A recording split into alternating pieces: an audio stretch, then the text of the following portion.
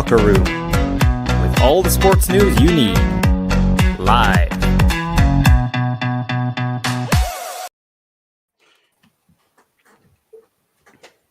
Hello, very good evening to you. Welcome to the Locker Room on our Friday night. You're joined by myself, Michael, and I'm sorry about that, but Graham Duffy is on as well, and we are looking forward to a big weekend of Scottish football action, Graham, and obviously in fact, I was just thinking about this last night. On a Friday, it's usually a busy day for me to go to a press conference and watch managers, right? But I've had a again listening to you now because it's quarter final weekend, and I only had, well, I could keg on and say I went up to Inverness again and spoke to my wee pal Billy Dogs, but that would be a bit of a lie. I've very few interviews for me to watch this weekend for the show, but that's enough about me. How's it going, Graham? I'm all right. Ask me after tomorrow, I might give you a different answer. I don't know how I feel about tomorrow, but we'll soon find out. Yeah. Just tell you what's happening tonight. After 6 o'clock, hopefully we'll be joined by David Ferguson if he pulls over, if he's in the car, because he is joining us from a car in a secret location tonight, because he's out and about, but he's joining us after 6 to talk about Scotland's must-win game against Ireland on Sunday, or else, as they say is it Edinburgh or something, Graham? You tease it. I'm not actually sure. So he'll be joining us about 6 o'clock to speak about that. And obviously, we've got tennis and we've got curling to speak about as well. So that's all coming up later. So, so how have you been, Graham? It's been another quick week. I always say that. I know. I'm always glad when, the end of the day comes on Friday and I can do this show. Work's been very busy, but it's I'll say before we came on air, yesterday it was absolutely chucking it down with snow here, but it's kind of melted now, so there's not quite as much as there was, but I'm expecting another snowstorm at some point. Yeah, because when I saw the snow here last night, even though it wasn't heavy, I was like, oh no, hopefully the Inverness game won't get cancelled, because obviously they have it quite bag up there. And obviously that's a game tonight. So we'll give you team news about 7:15, I think it is, when it comes out. It's a 7:15 kickoff live on the Beeb as always. So let's begin by, before we get into the Scottish Cup games tonight, let's speak briefly about the championship, Graham. There's two games tomorrow, actually, in the championship. Queen's Park versus Cove Rangers and Morton against Packet Thistle. Yeah, a couple of big games. Queen's Park, top of the league. It is very tight. I'm just trying to bring up the league table, actually, because I think it is very tight at the top there. Let me just see if I can find the league table. I'm sure it's only a couple of points in it between them and Dundee, potentially. Why can't I find the league table? Here it is. Right, so Queen's Park are top, 48 points. Dundee second on 46 points. Ayr third on 43. Partick on 43. Morton on 41. It is very tight in that league, and that's why I say the Championship's one of the best leagues for me in Scotland. It is so competitive. But yeah, some big games to come, and that Partick game, I think that'll be an interesting game, actually, especially when at home. Partick, I think Wraith Rovers lost 3-0 to Partick last week, which is a bit of a surprise, actually. And obviously, Wraith are in Cup quarter-final action this weekend. So Partick are on a decent run now. And I think, to be fair, I think I asked Dave this last week, I wasn't sure about Chris Doolan getting the manager's job. I thought they might need somebody more experience. But to be fair, Doolan's done a very good job so far. Very good job at Partick so far. And it's a game that probably, being at home, I think they might win. But again, the Championship is just so competitive. It's very hard to tell who's going to win this. But I think Queen's Park, I said this again last week, I really hope Queen's Park can come up. I really think they'd be a fantastic addition to the league. And as I said to Dave in that last week, I think they could more than hold their own in this league because I don't think there's much between the top of the Championship and the bottom of the Premier League. So if Queen's Park come up, again, I know a lot of folk have said that'll be a disaster, they'll go straight back down. Do you know what? They might, but I think they'll be competitive. Now, do you get anybody spot the mistake there, I wonder? And I hate to be telling you off, Glenn, when you were back at school, but I'm going to be your old school teacher for maybe about 2 seconds because Morton's Morton's at home tomorrow. It's not Packet. Yeah. Oh well, I still think Partick will win. There you go. Yeah, no, that's a good game actually because I saw Morton for a few. They've been on the TV a few times in the Friday night, and they look well. Dougie Embre's got them playing well. He has, and as I say, there's not really much between like Dundee in second and Morton in fifth. You know, they could easily a couple of wins and they're straight up there getting that maybe automatic promotion or playoff place. So it's very interesting, and I do think the Championship is such an interesting league. And as I've said numerous times again, that whoever goes down, and I think it will be United from the Premier League, I think it's going to be very hard to come back up because there are so many teams in that league that could win it. And I think next season will be interesting again.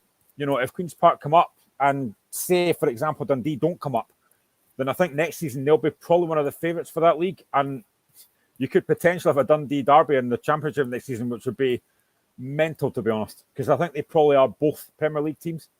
Mm-hmm. Yeah, no, exactly. And also Queen's Park against Cove Rangers would be a bit unfair for me to say I can only see one team winning, but you never know. Yeah, I mean, this is the joy of football. Anything could happen, but yeah, Queen's Park for me they're far too strong. I just don't see Cove getting anything. Cove are sitting 8th in the league. I mean, they're only 2 points back in front of Arbroath, who are bottom, and a point behind or a point in front of Hamilton, who are second bottom. So again, Paul Hartley's not had the easiest of jobs so far. And as an ex-Hearts man, I'd love to see him doing well. But I just think Cove look a little bit. I don't really think they've got enough about them just now. But again, you never know. It's football. Things can change very, very quickly. One result, and you could be on a bit of a flyer. But I just don't see Queen's Park losing that game. They're too strong.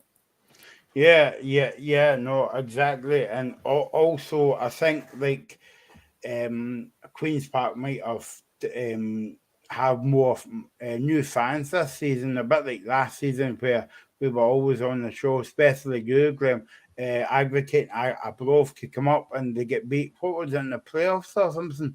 And, yeah, Kilmarnock. Aye, and then at Rugby Park, and it was a final, wasn't it? No, semi-final. I think it was the final, yeah.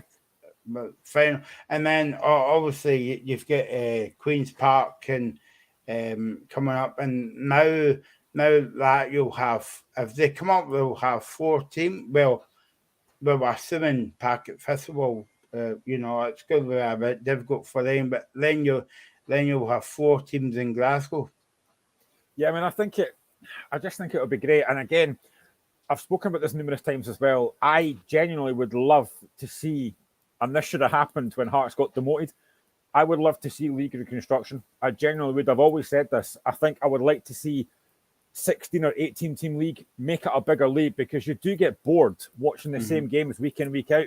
And I'd like to see a little bit of something different, promote some of these teams to the bigger league.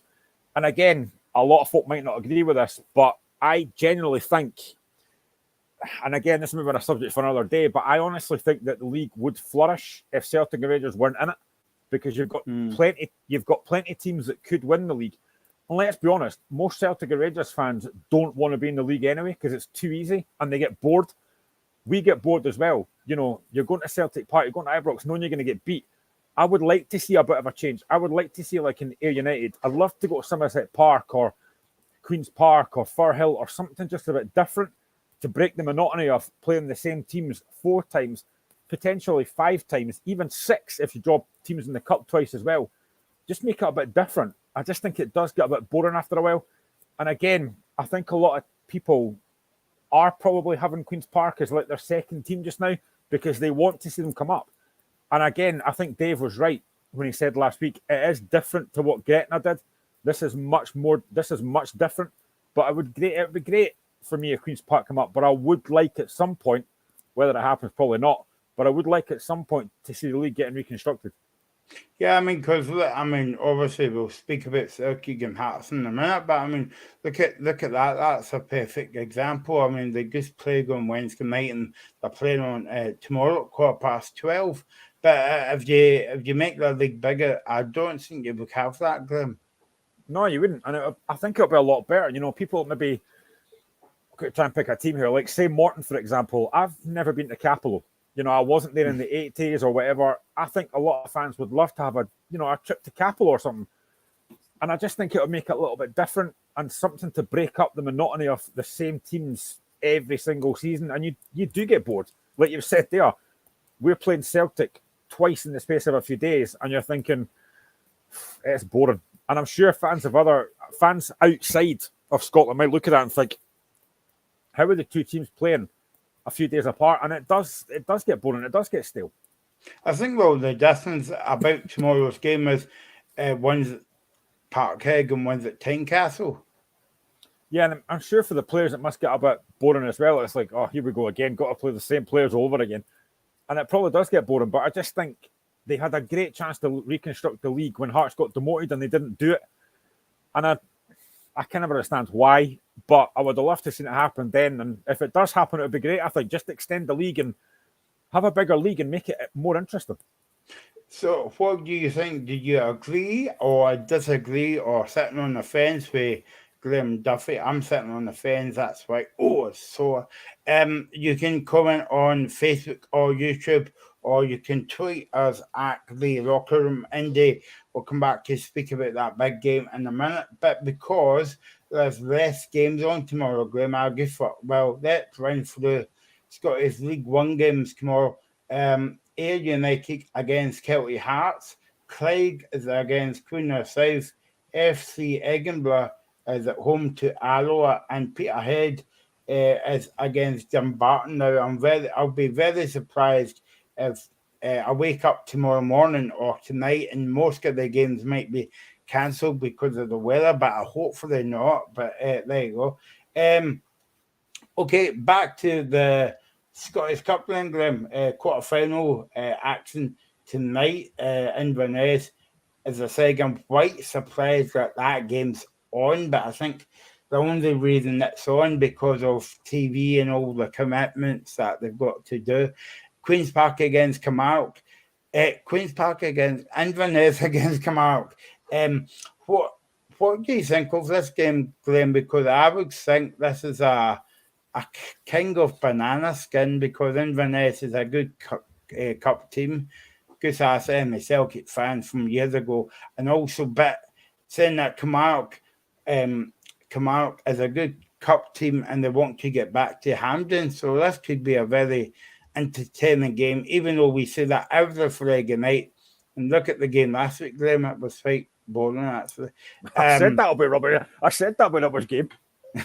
So yeah, but yeah, so but looking forward to this game.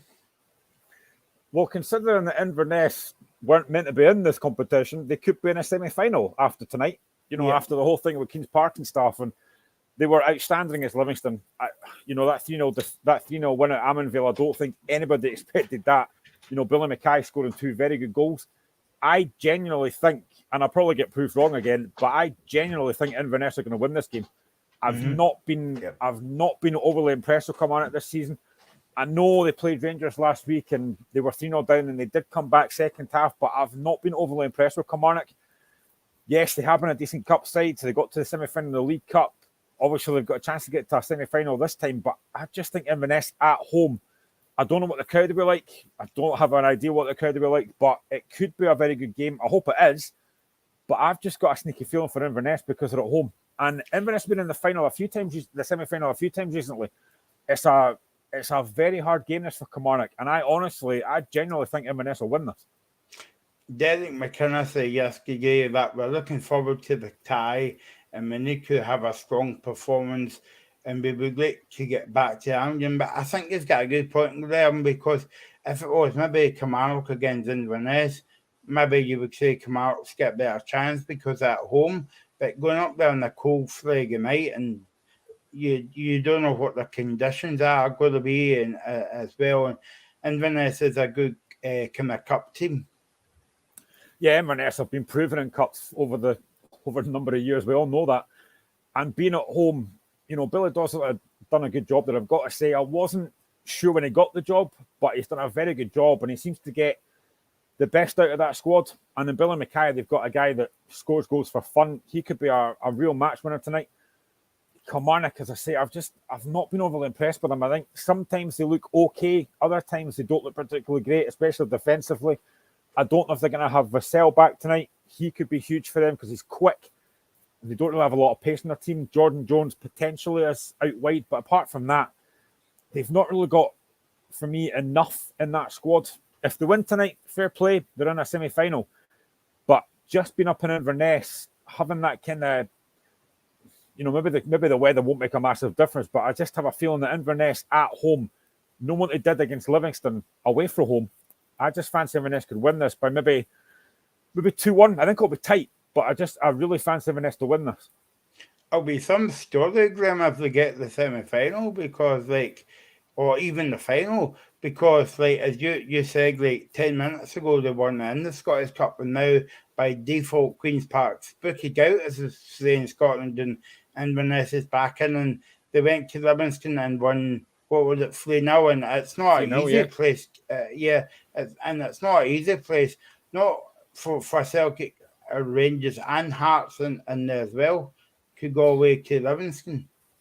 Yeah, I mean, if you look at it as well, if Inverness win tonight, then you've got the possibility, you're obviously going to have Falkirk against Ayr on Monday night. So you've got two lower league clubs could potentially win will be in a semi-final. One of them will be anyway. You've got a really good chance to make it to a final. And I suppose Kilmarnock will be thinking the same thing. If we can win tonight, maybe, if they're luck of the draw, maybe get one of Falkirk or Ayr in the semi, you've got to be thinking they could reach the final. So it's a big incentive for both teams tonight. Obviously, you want to try and avoid in the draw one of the Old Firm, but it's a great chance for one of these two teams to maybe get to a final, which would be incredible. And for Kilmarnock, especially if they got to a final, given that I've not been overly impressed with them, then fair enough. But I just think Inverness, with that cup record they've got and the way they played at Livingston, I really, really have a strong feeling for them tonight. If I was a betting man, and I'm glad I'm not, because I wouldn't win any money, but if I was a betting man, I'd be sticking on Inverness tonight, because I just think at home, I really think they've got a very good chance tonight. Billy Dog said yesterday that we have an excellent opportunity. We have to respect them, talking about Kilmarnock, obviously. But they know how to get a result. Derek is a good manager, and basically what you were saying earlier on, Graham, was everyone's fit on the Inverness team. Yeah, and that's a massive difference as well. When you get to a cup quarter final, you need all your players fit. You need your best team available, and it looks like Inverness have got that. So I just think if they can start the game well, try and play on the front foot, which I think they will at home. And as with any game, the first goal is going to be crucial. If Inverness get it, they've got something to hold on to or something to try and build on. And it's going to be very hard because Kilmarnock don't score a lot of goals. So if Inverness could get the first goal, they'll give themselves a massive opportunity to go and win this game. And I think, for me, you look at the Rangers game last week. Yes, it's against Rangers, but that first half, Kilmarnock were very poor. They only improved second half, but they were 3-0 down. They were going to have to improve at some point. They can't do that tonight. I just think if Inverness get that first goal, it's going to be so crucial. If Kilmarnock get it, then again, it gives them a chance. But honestly, I felt this all day. I felt it in my water that I just think that Inverness are going to sneak this tonight. And if they get to the semi-final, and as I say, if they maybe draw Falkirk in the semi-final, what a chance to get to a final. And their fans will turn up for that. There's no doubt about that. And if that happens, Graham, that's going to be some story for Scottish football as a whole.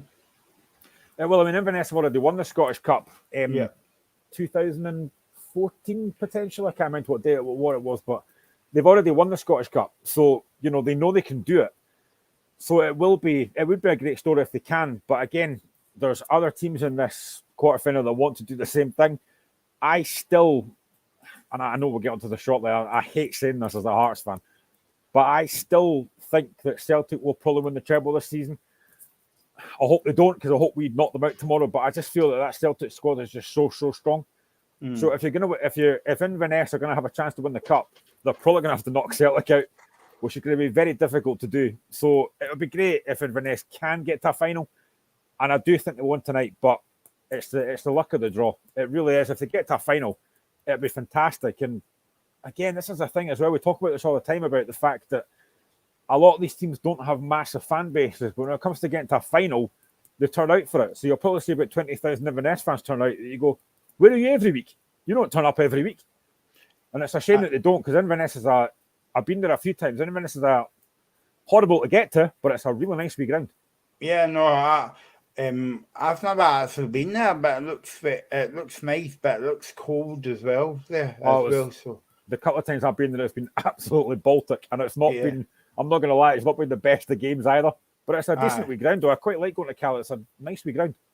But also, on the other hand, if Kilmarnock gets to the semi-final, it's going to be, even though that they're at the bottom of the table, you would say it's going to be a decent season for them, because, okay, if you're a Kilmarnock fan, you would want them to stay up, and it's a bit of a question mark at the moment. But like, if you get to two semi-finals, or else a semi-final and a potential final, that's gonna be no bad going for McInnes in this first season. All depends if they stay up there enough. Do you know, it's weird how football works, because you can have a really poor league season, but you can be really good in the cups. And Kilmarnock have done that so far. As I said earlier on, they got to the League Cup semi-final. They could potentially get to a Scottish Cup semi-final, but yet in the league they've been pretty poor, to be honest. So, I mean, maybe some teams are just cup teams. And I suppose if you did it McInnes and Kilmarnock, it would be fantastic if you do get to another semi-final. But tonight is such a massive, massive game. You know, they're kicking off this quarter-final weekend. And, you know, for them, if they can get to the semi-final, they can kick back and watch the rest of the games this weekend, knowing they're in the draw. But I just feel that I think Inverness at home, there's just something about Inverness and in the cup. I just have a feeling they're going to win this. But like you said, if Kilmarnock can get to another semi-final, two semi-finals in the same season would be fantastic. But unfortunately, they won't be doing St Johnstone and winning both of them, because they're already gone out at one of them. So, yeah, it will be a difficult game tonight. But honestly, all day I've had this feeling I think Inverness might do this tonight. And I'm not going to change my mind on that. I think Inverness will win this. I've never had a feeling in my water before, Graham, but I'm just going to park that conversation there, right? Because it can go several ways, and I can go ahead. But what I like about the Scottish Cup, Graham, this season is it gets played to a finish. Because I don't know about you, but when you're at the game, like last season or the season before, 0-0 or 2 each, and then there's 5 minutes to go, and you just know it's going to go to a midweek, freezing cold replay up in Inverness. But now it's like it gets played to a finish and all the games, and that's what it should be about. It shouldn't be about replays and all that, you know. Yeah, the SFA got a lot wrong. This is one thing they got right, is scrapping replays, because nobody wants replays. I mean, again, this is what I said earlier on about league reconstruction. You have so many games in a season, and then you have these replays as well that nobody wants. Managers don't want them. And I think it's great that it is getting done on the same day. Teams, you know, fans then know that, you know, this is it. There's no replays. The game is done today, whatever happens, whether it's extra time and penalties. I think it is great that it is done on the day. So I never thought I'd say this, but fair play to the SFA for finally getting something right and scrapping replays, because nobody wanted them. And also, I think we've got one up in English football, because I think they still do replays, Graham. Yeah, I think they do actually, and it's horrible. You know, managers always moan about there's too many games, and obviously if you get replays, it just makes it worse. And then there's, you know, you can guarantee as well that most replays will go to extra penalties anyway. So it just makes it really long as well. And I suppose tonight, if you're Kilmarnock, the last thing you want is extra penalties as well. It's a long trip back to Kilmarnock if it's like that. But I don't think it'll go extra time minutes. I think Inverness will win this in normal time. I think it'll, as I said, 2-1 Inverness for me, and I think it will be done before extra. I think it'll be done before extra time. Yeah, I did say to you I'm not a copycat, Glenn, but I'm going to copy you in this occasion. I think it will be 2-1 Inverness as well. But we on this show on Sunday saying, "Oh yeah, come out! That was a good win for them, winning 2-1." Watch it be 5-0 Kilmarnock now after all that. Yeah, and that's on the half time as well. So let's move on to another big game tomorrow against Glasgow versus Edinburgh. On this occasion, it's Edinburgh versus Glasgow. I was just thinking about this as well, Glenn, because obviously Rangers play Hibs and Celtic play Hearts on Wednesday night. And basically, I don't want to wind you up by anything, Glenn, but it was 2-0 to Glasgow on that occasion. But let's move swiftly on then. 12:15, again, we pick holes in TV and all that. But this could easily been a 1:30 kickoff or even 5:30 kickoff on Saturday night. That would have been special under the lights at Tynecastle. But no, because it's Scottish football again, 12:15 on the Saturday morning, kind of early afternoon, Hearts against Celtic. We were talking about before we came on there, on Wednesday night, Hearts took the league.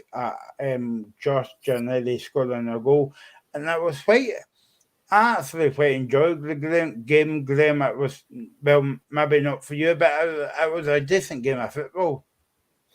Yeah, I mean, it was probably what I expected, Celtic winning, but I thought Hearts put up a bit more of a fight than I anticipated. As I said before we came on the show, when I saw the team sheet and there were 6 changes, there was no Shankland obviously in it, there was no Humphreys in it, there was no Snodgrass in it. I did worry looking at the team. I can understand why he made the changes because you've got a big game coming up and we don't win in Glasgow anyway. It's been 14 years since we beat Celtic, 23 games since we beat Celtic in Glasgow. So I wasn't overly surprised. But I think probably what surprised me was the fact that we scored first and scored early. Good goal by Giannelli as well. Good ball in from Andy Halliday. Good header as well. And again, the whole debate about offside and onside. But it was a good goal. And at that point, I thought, oh no. Like when Scotland and David Neary scored against Brazil all those years back, and people said that just made Brazil angry. I did worry that was going to be the same thing on Wednesday, thinking we've just made Celtic angry by scoring early. But I thought we completed very well, given the team we had. And, when you go to Celtic Park, you're kind of half expecting your goalkeeper to be man of the match. I don't really think Xander Clark had that much to do. Now, Joe Hart didn't have much to do either, to be honest. But it wasn't like Celtic absolutely hammered us and peppered the goal. We kind of restricted them to very few chances. Fair play. I mean, I don't understand why the linesman flagged for Maeda's goal because he was never offside in a million years. And then the second goal is a very good goal. Jota does very well on the left-hand side. I think Hart should do better defensively. And then Kyogo's movement is very impressive. He gets across the defender, really good finish as well. And then the third goal, Haksabanovic, good goal. But again, I think Hearts have got to shut him down a bit more and do a bit more. But I thought we competed well. And that's the one thing I always ask when we go to Glasgow, whether it's Celtic or Rangers and at Tynecastle, is just compete. If we get beat and have a goal, then I'm fine with that. Now, second half, we didn't really create a lot of chances, but we kept ourselves in the game. I felt a bit sorry for Garan Kuyol. 18-year-old again comes on, has really no impact, and he's getting a bit of abuse on Twitter, which I completely don't agree with. He's a young lad, he's still learning his trade. He's not had a lot of first-team football, and he was up against Celtic. It's a difficult job for anybody. And I do think we missed Josh Giannelli in that second half for that pace up front. But yeah, I mean, I thought we competed well. It was probably what I expected to get beat. But, I mean, tomorrow is a bigger game. Now, I know that Robbie has said that we've got injury doubts over Lawrence Shankland and Humphreys, which if they're out, is a huge, huge blow because Shankland's been superb this season. But again, that might be mind games. They both might line up tomorrow. I don't know. But it's going to be a huge, huge game. And it wouldn't matter what time the kickoff was. You could make it midnight. It would still be a fantastic attendance. And I know that Hearts have got the Gorgie Ultras here tomorrow who've got a section in the Gorgie stand. So the atmosphere tomorrow will be absolutely fantastic. And I just hope that Hearts can, I'm going to use that word again, compete. If we get beat having a go, then I can accept that. But if we don't, if we sit back and just accept defeat, that's when myself and a lot of Hearts fans will be raging. But it'll be a difficult game. And something I talk about all the time is Celtic, not that they will, but Celtic could make 5 or 6 changes tomorrow and it wouldn't make any difference because they're still too strong. You look at the fact Haksabanovic comes off the bench on Wednesday and scores. They've got such a strong squad. So if we get knocked out tomorrow, it's not a surprise, but I'm hoping, obviously, fingers crossed, I'm hoping that Hearts can cause some kind of shock tomorrow and knock Celtic out. Do you think that if the game was on Wednesday night and Hearts scored the goal, Celtic would find it tough because obviously Tynecastle's a difficult place to go to, but the fans, you know what the fans are like, Graham. They're right on top of the park. Yeah, I mean, obviously as a Hearts fan, I love Tynecastle. It can be really intimidating for teams. It can be a really good atmosphere, but sometimes it can be very flat. I watched the game against St Johnstone last week, and apart from the fact we scored 3 goals, it was quite flat. But I think the Gorgie Ultras tomorrow will make a massive difference. It's Celtic at Tynecastle. It's a cup game, a chance to get to semi-final. And, if we knock out Celtic, we've got a great chance of winning this. So it's a huge, huge game. And the fans do make a difference, or they can make a difference. But Hearts have to come out tomorrow and play on the front foot. I know it's difficult because you're playing against Celtic, who are, we know, the best side in the country just now. It will be difficult, but Hearts have to start the game well tomorrow. Don't sit back. Don't be negative. I think we played 3-5-2 on Wednesday. I wouldn't be surprised if we play it again and try and kind of stop Celtic play, but we've got to get our big players in the game. I'd expect Snodgrass to come back. I think Robbie said Ginnelly's fit, so hopefully he's starting tomorrow. But it's such a huge, huge game for both teams. If Celtic win tomorrow, I think they probably win the treble. If Hearts can somehow manage to win that game tomorrow, it's a huge, huge chance for Robbie Neilson to win a cup. And I've said before, I think for some fans, Robbie has to win a trophy. If he does that, maybe some fans will get off his back. This is what Robbie Neilson said to Graham as well. He said it's always a tough game when we play Celtic, but it's a game that we are really looking forward to. We managed to nullify them at times on Wednesday night. We probably brought one of our best games on Wednesday night. So we need to do it again. But this time we need more of a threat in the final third. He then goes on to say that the crowd is going to be a massive importance for us, that you were saying. And he goes on to speak about the Gorgie Ultras. He says that he also says that so the place will be rocking. Celtic will fill the way in, so it's going to be a great atmosphere, and it'll be like a derby game. You're going to meet the Old Firm at some point, so I'd rather meet them at Tynecastle. I think that gives us the best chance to beat them with the home fans behind us. So we'll see how it gets on. It makes a fair comment there, Graham. Yeah, it does. I mean, it's been spoken about for a while by Hearts fans that the Gorgie Ultras do make such a massive difference to that team, because we've not had a singing section for a long time, and it does, like the Green Brigade at Celtic, it makes a difference. The Gorgie Ultras have been a breath of fresh air for me. I know some Hearts fans are still not inside with it, but I think it's great. And I think the one thing tomorrow, they will make a massive noise, as will pretty much most of the Hearts crowd. But it's up to the players on the pitch to put in a performance so the fans keep backing them, because if the fans will be right at it from the start. But if Hearts go a goal down early, if we start sitting back and letting Celtic dominate, it'll be very quickly drowned out by probably the Celtic fans. So we need to start the game well tomorrow. The fans will be up for this. The players need to be as well. Now, I know on Wednesday night, Robbie had said after the game that we were outstanding on Wednesday. I wouldn't go as far as that. I thought we were decent. I don't think we were outstanding because we didn't create enough. We defended well. We didn't create enough going forward, and that's an issue. That's where I think we missed Josh Ginnelly and Lawrence Shankland and Humphreys as well. We brought Barry Mackay on late in the game, but again, like Kuyol, didn't really get a lot of the ball. So it's about how we start the game tomorrow. If we start well, start on the front foot, have a go, the fans will stick with them. Now, the game that we lost 4-3 to Celtic earlier in the season, that was a really enjoyable game. A really good performance. Hearts put in a really good performance that day. We need that level of performance again. If we do that, we've got a great, great chance tomorrow. But if we sit back, we defend deep, Celtic's quality will cut us open. How could we forget that game, Graham? That was the first game VAR was into just to Scottish football. You mentioned about Stephen Humphries there, that he got the goal of the month award for February with the goal that he scored against Dundee United. So well done to Stephen Humphries for that one.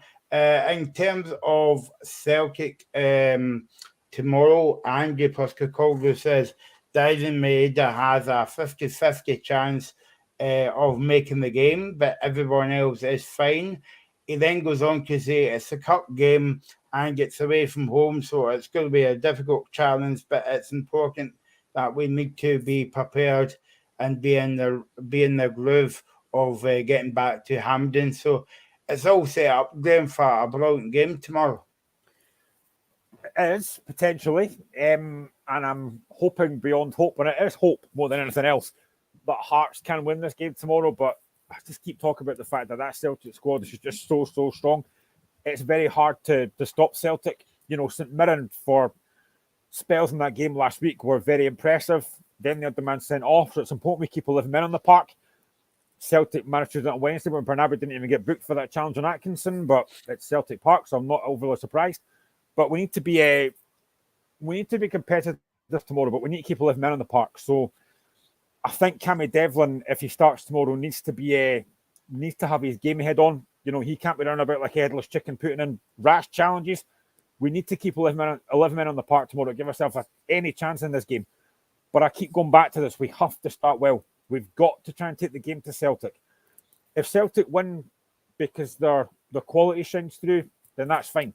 But if we get beat because we've not had a goal, we've sat back, we've not had a shot on target, that's when Hearts fans will be raging, which I can understand because Robbie's record is not overly impressive against Celtic and Rangers.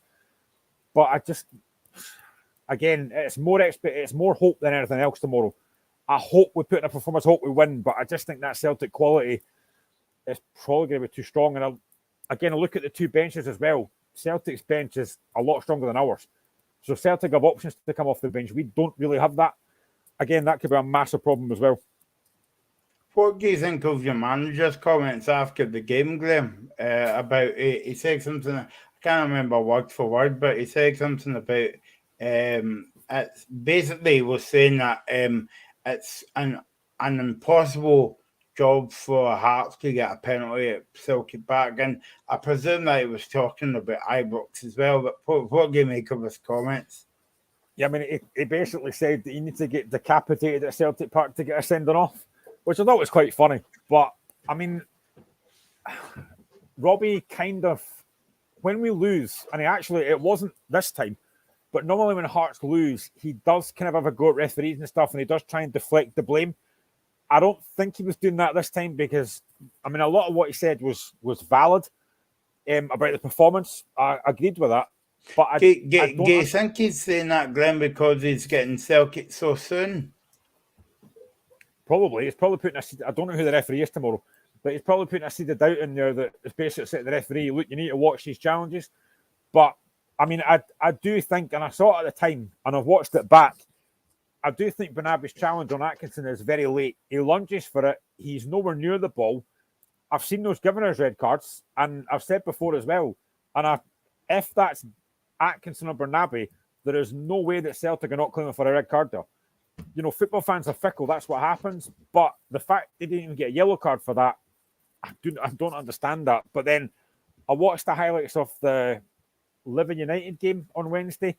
And again, there should have been sending off in that game as well. You know, Ayunga should have been sent off for a really poor challenge. It was almost similar to Bernabe's. So I do think, again, the referees in this country are an absolute joke. And as I said last week, and I maintain this, referees are refereeing games by VAR They're not making their own decisions. They're expecting VAR to sort things out, which is not the way it's meant to be.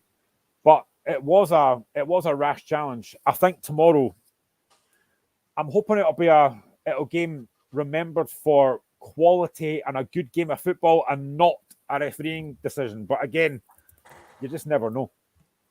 Yeah, no, exactly. As for Celtic, Graham, going into this game in a good kind of mood at the moment. They're not over the past couple of games. We were talking about this before we came on air.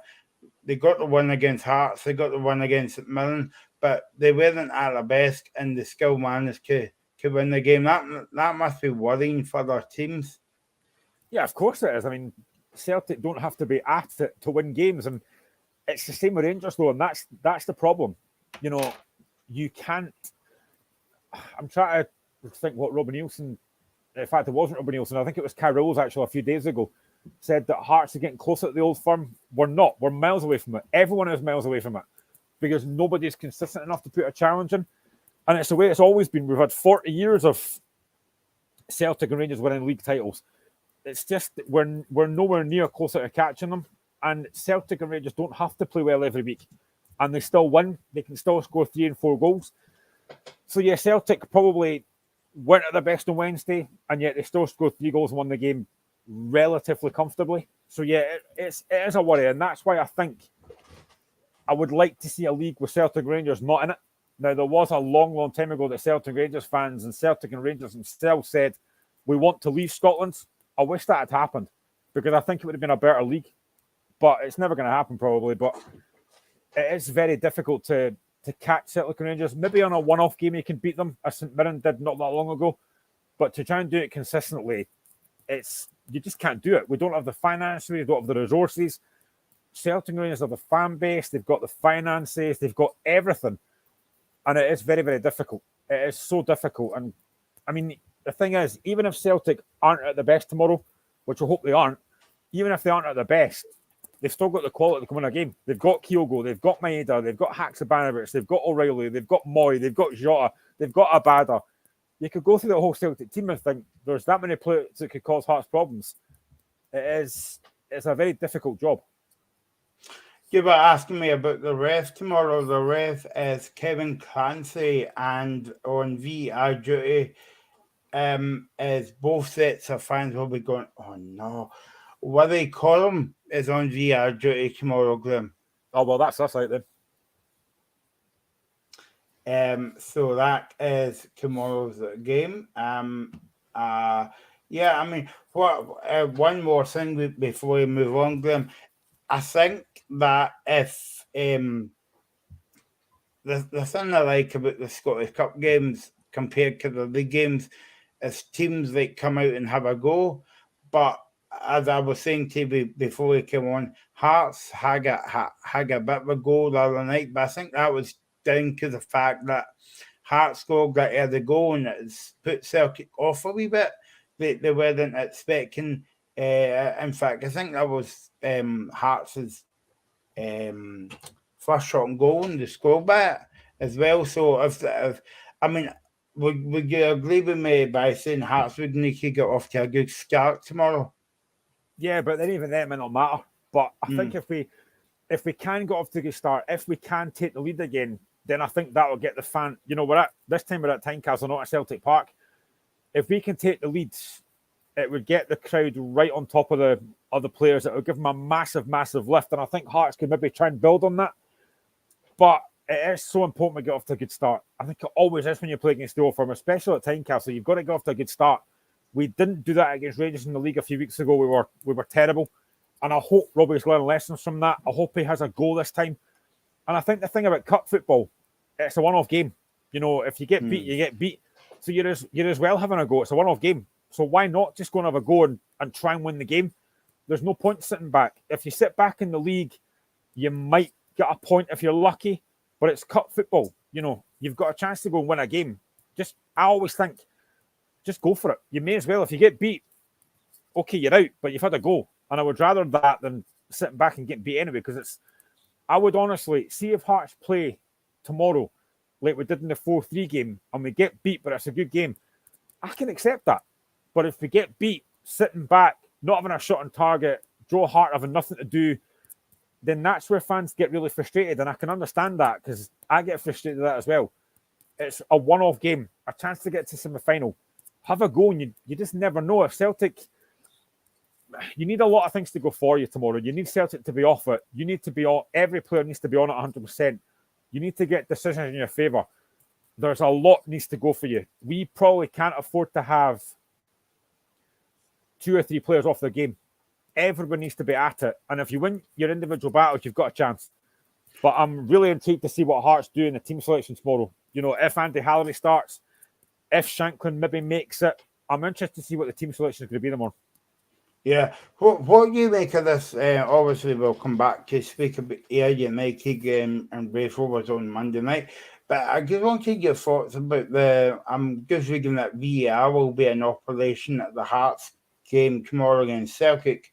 The Rangers game on Sunday against Brave Rovers. Now, is that not a bit unfair for, like, say, well, obviously the game tonight, but especially the game on Monday night, because you've got 2 of the kind of like smaller teams, you would say, in Scottish football getting to a major cup semi-final, and there's no VR in play in that game.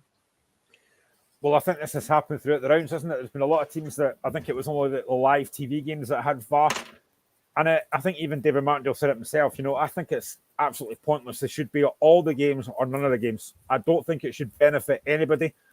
You know, you've got to have it in all the games for me, I think. So, again, it just makes a mockery of it, to be honest. I really do. And I think I've already said as well, I'm not a massive fan of VAR anyway. Now, I'm hoping to do maybe a discussion on the show.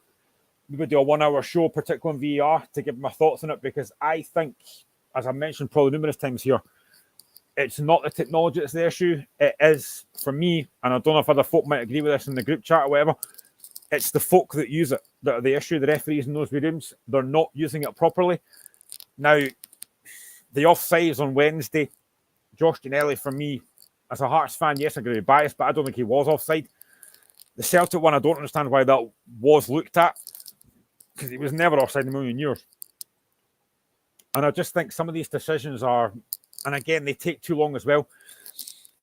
I'm not a massive fan of the way VAR's getting used just now, but I just think that for some games to have VAR and some not, it does make a mockery of it.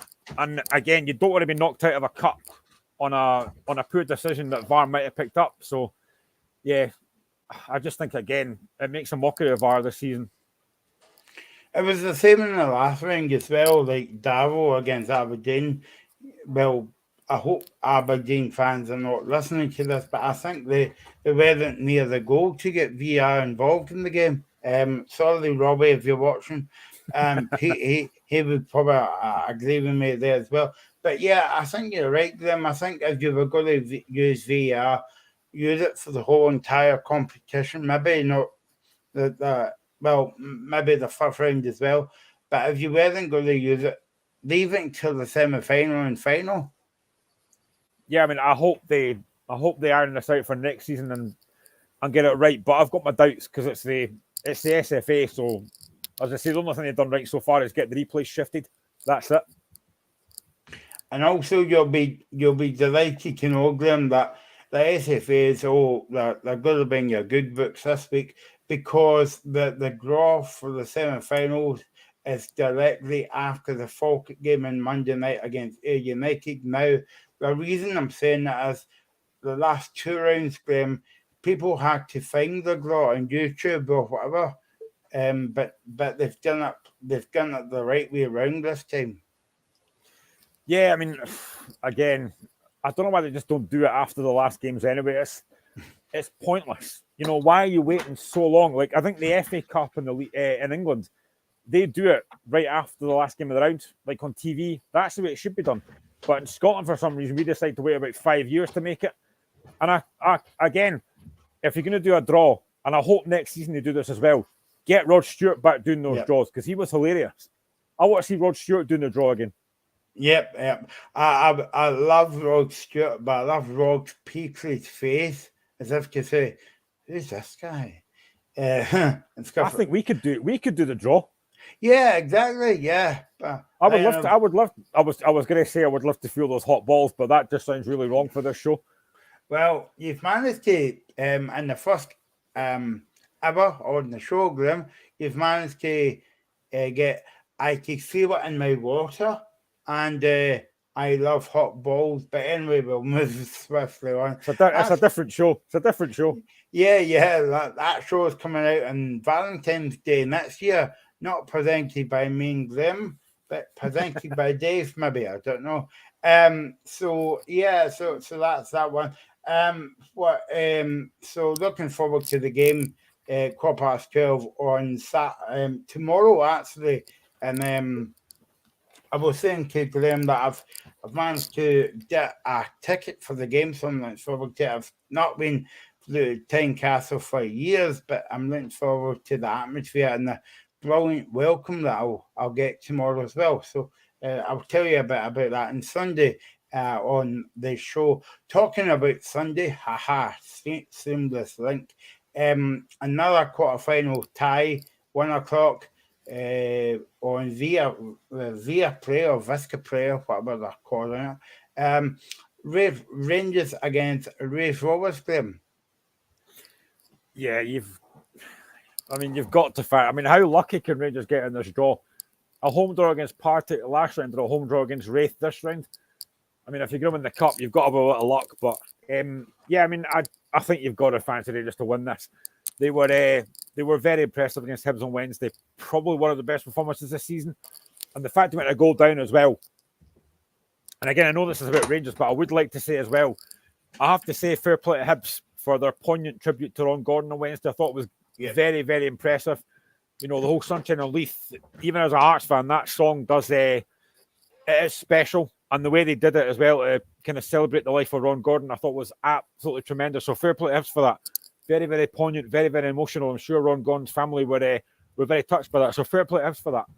But on the terms of Rangers, I thought going to go down on Wednesday, you're thinking, right, could this be the game that Rangers might drop points? They were very impressive. They really dominated Hibs after that. And it was funny because on one of the group chats that we're in, when Hibs went 1-0 up, I was actually typing at the time, it won't be long till Rangers get a penalty. And then 2 minutes before I started typing it, Rangers get a penalty. Shock. But yeah, I mean, I think it was, to be fair, it was a penalty. Ryan Kent, I don't know what Egan Riley's doing. He dives in for the chance that he's not really going to get. So it probably was a penalty. And then after that, Rangers were dominant. Fashion Scala was outstanding. Ryan Jack was very impressive. Trolak was very impressive. And they could have scored more. I know that Michael Beale said that Rangers could have had about 8, and he's probably right. They were very impressive. And I think at home against Raith Rovers, you've got to imagine that they'll win this game comfortably. But if Raith can put in the type of performance that Partick Thistle did, because I thought Partick were brilliant that day, then, you know, again, it's cup football, you never know. But Raith lost 3-0 to Partick last week in the Championship, and they were very poor. You know, they are sitting 7th in the Championship. They've got experience there, though. You know, Jamie McDonald in goal. They've got Dylan Easton, who I like. They've got Sam Stanton, who's a good player as well. So they've got players that, you know, could potentially cause problems. But I just think at Ibrox, you've got to imagine Rangers will win that game comfortably. I'm just waiting for Michael Beale to say, yeah, let him go up the park and score. Fine. It's on that quarter final. That's why I whispered it. But did anyone hear me? Oh, no. Yeah, the gig, because Graham laughed, so they must have me here. But I don't think they'll do that, Graham. And I don't think you'll see that, I don't think you'll see that in our lifetime again, but I'm against Packet Thistle. Well, I don't think you'll see that at Tynecastle, Warrior, let's be honest. Nah, I think it's probably one off. But again, I did say at the time, fair play to Michael Beale. But if that's a bigger game, there's no chances doing that. Because those Rangers fans were raging when he did it against Partick. So yeah, I mean, fair play to him for that. And it probably won't happen again. But I just think that going into this game, Rangers, you've got to be thinking they'll be looking to try and stop Celtic winning the treble. Hopefully Hearts can do that tomorrow by knocking Celtic out. But if Celtic win tomorrow, then Rangers will be looking to try and stop it winning that treble. It'll be difficult because there's quality squad Celtic have got, but at Ibrox, I just can't see another comfortable Rangers win. But again, Wraith Rovers have got nothing to lose. They're not expected to win. They're expected to get hammered. Just go and have a go. You know, it's a chance to kind of create history. And I mean, let's be honest. If Inverness were to get to a semi-final, Wraith were to get to a semi-final, and then you've got Falkirk against Dale United, that would be incredible for the lower leagues. It really would be. I don't think it will happen, but it would be incredible if it did. Michael Beale said for Sunday, this quarter-final is so important. This is an important game, and our aim is to reach a semi-final. Wraith is a good team, they're in good form, and everybody was warned because they beat Motherwell in the last round of the Cup. Graham, Michael Beale also said your favourite player, well, he used to be your favourite player, John Suter is fit and he's available for the game, and also Leon King is available as well. But I wanted to ask your opinion about Tom Lawrence's season is finished, but also he also said Kemar Roof's season's over as well. How big a blow for Rangers is Kemar Roof, because they scored a few goals. Yeah, I think he's a good player. I've seen him a few times. He's a good player. He offers something a bit different to Rangers. He does have like a physical presence, and he scored some cracking goals as well. You look back to Europe not long ago, and he scored like for the halfway line. So he is a good player. He will be a huge miss. I thought before he got injured, actually, Tom Lawrence was doing very well. So again, that's a big blow at Rangers as well. But they do have a decent squad. It's not as good as Celtics, but they do have a decent squad. So yeah, they will be missed. I am genuinely stunned that John Suter's back. I thought that guy had disappeared off the face of the planet. So, and it's probably a good game to get him back into as well. You know, Wraith Rovers at home, you're probably not expecting to have that many problems. So it's probably a good game to settle him back into. I don't think he'll start, probably on the bench. Maybe bring him on with about 10 minutes to go. But having Suter back would be a massive, massive lift for the rest of the season. That I've said before, the title's gone. But if they can maybe win the Scottish Cup, I think you'd be quite happy for Michael Beale. But yeah, having Suter back would be huge. But Kemar Roof, there's no doubt he's a massive miss. He's a good player.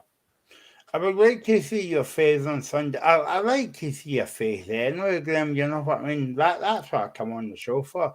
But like, I would like to see your face when John Suter comes on and scores a goal on Sunday for Rangers. Oh, that's a guarantee. Of course he will. I mean, he was a massive player at Hearts when he was fit. He was one of our most important players. I was disappointed when he left. I was more gutted that he left to join Rangers, to be honest, but there you go. And it hasn't worked out that well. But yeah, I mean, seeing him fit would be great for Rangers and Rangers fans. But the big question is, can he stay fit? Because we know what John Suter's like. He's far too injury prone. He's still a young laddie, but he's far too injury prone. And the big thing will be, and for him as well, will be to try and keep fit. And again, if he can, probably get back into the Scotland squad as well. That's probably a long way off for these next two games that we've got coming up. But I think if they can get John Suter fit, it would be huge. James Everett says Scott McTominay to Rangers. That would be a very early April Fool. Well, yeah. So he's probably one of the most overrated players I think I've ever seen. McTominay. I've never rated McTominay. I don't know what he does or what he's good at. He's great at passing the ball back. He doesn't do a lot else. I've never liked McTominay. I just don't rate the guy. And before you say he's the equivalent of Ryan Porteous at Hibs, but never mind, we won't start Duffy on that tonight because we've only got an hour to go on the show, and we might be here till 8 o'clock. Yeah, I mean, Rangers, I only saw the highlights on Wednesday night. They played well for the whole 90 minutes listening to Beale after the game.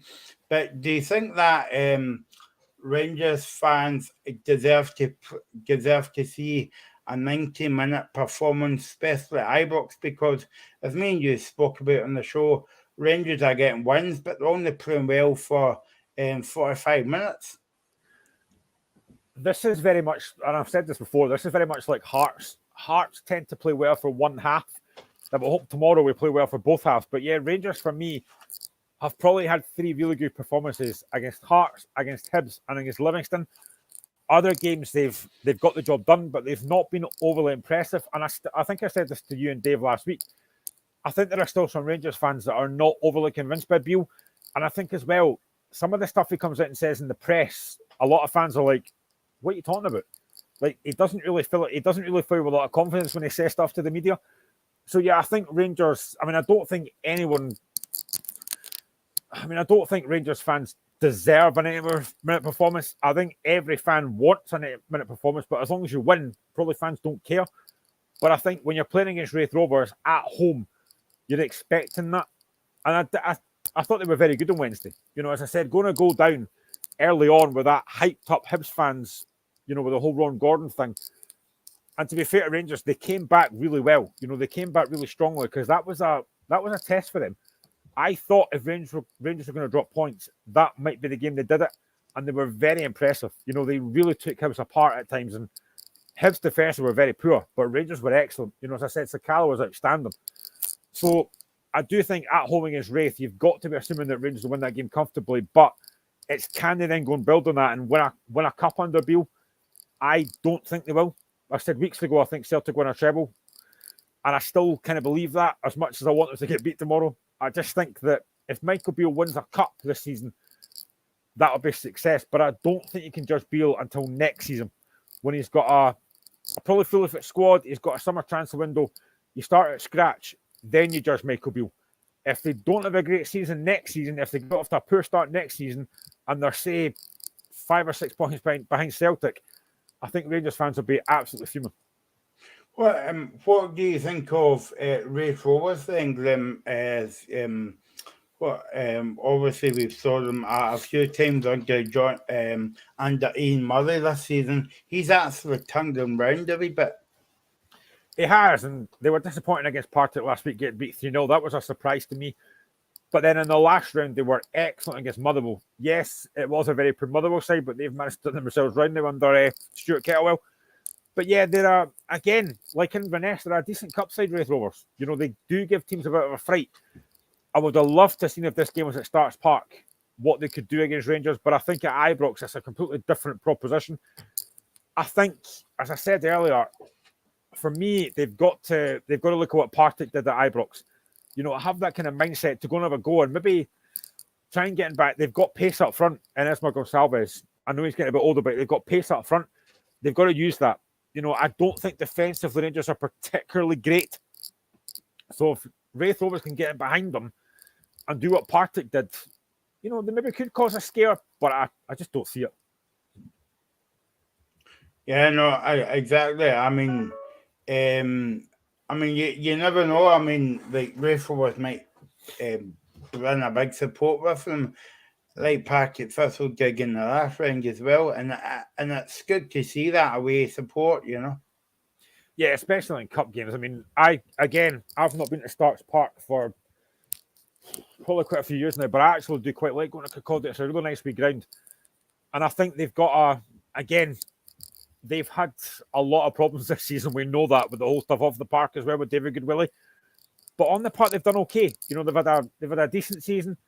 I did say at the start of the season they were one of the teams that I thought would be fighting for promotion. They've kind of tailed off a little bit, but they've got a decent side there.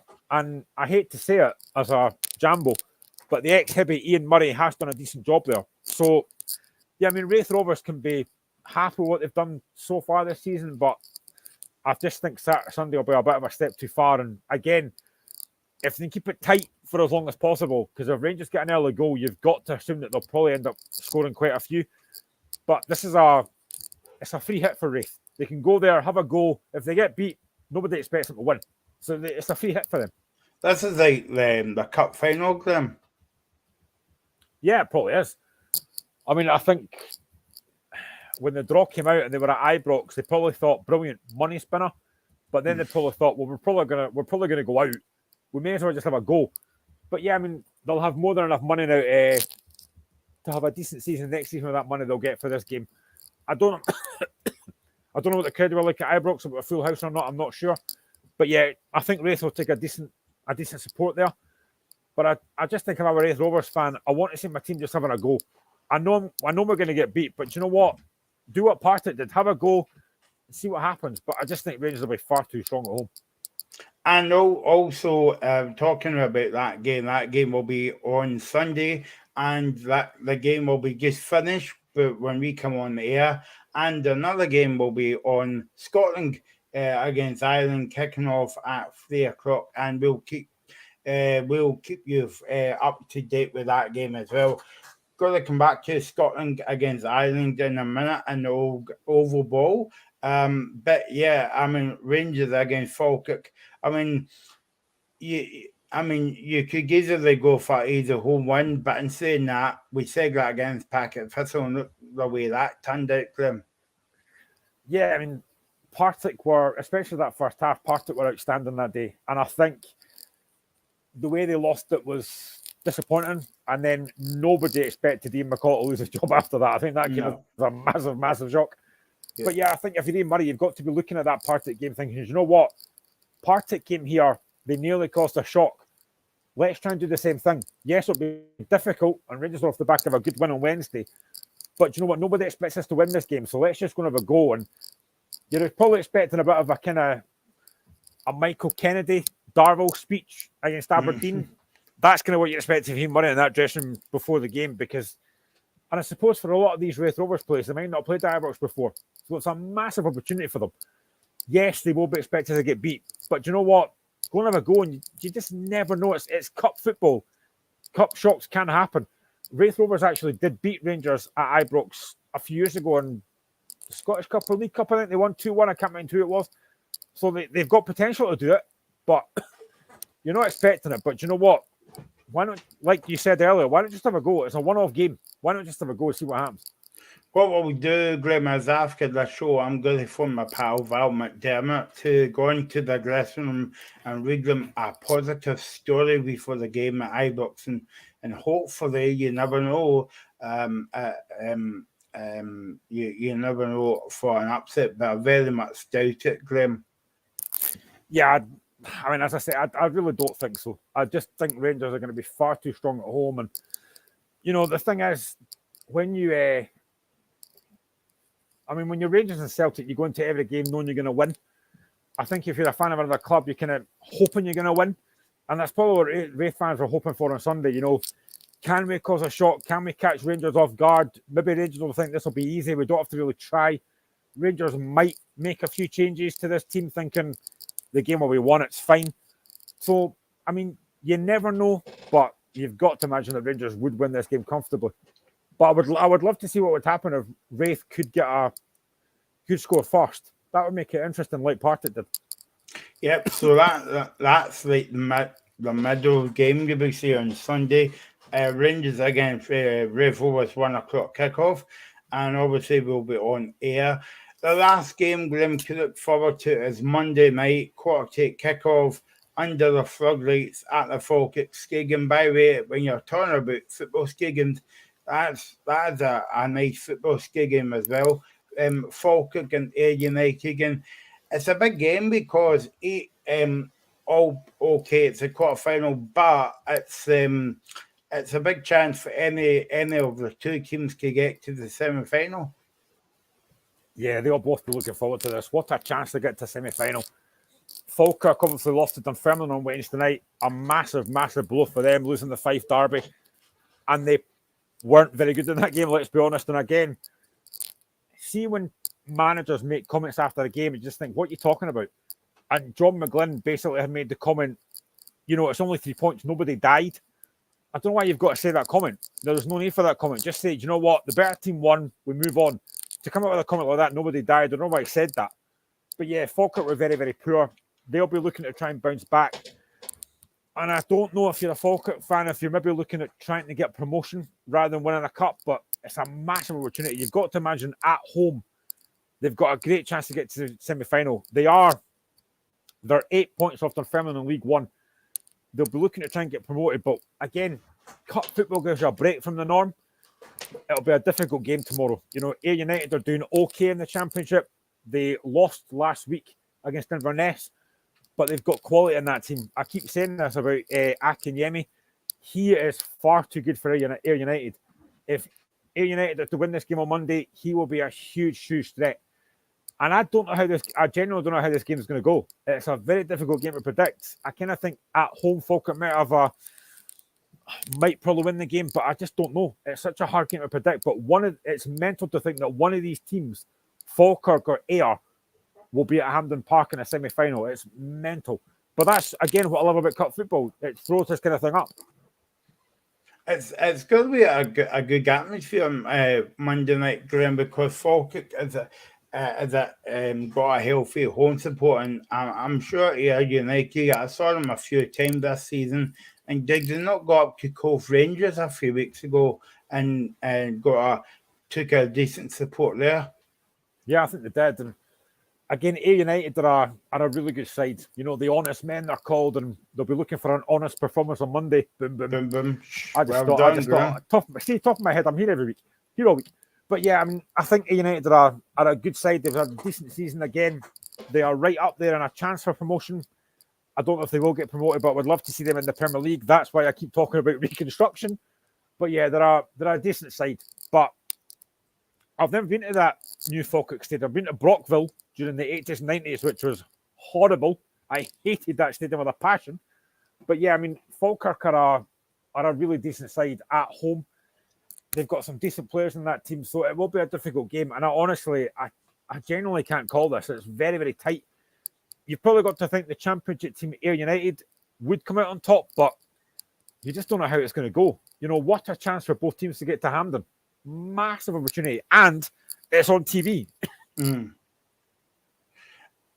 What I would say about that Skigum, Graham, is that it's not a bad Skigum, but they've got three sides, and then obviously the one that the camera's on, that's like the wee stand that they've got at Hamilton Accies.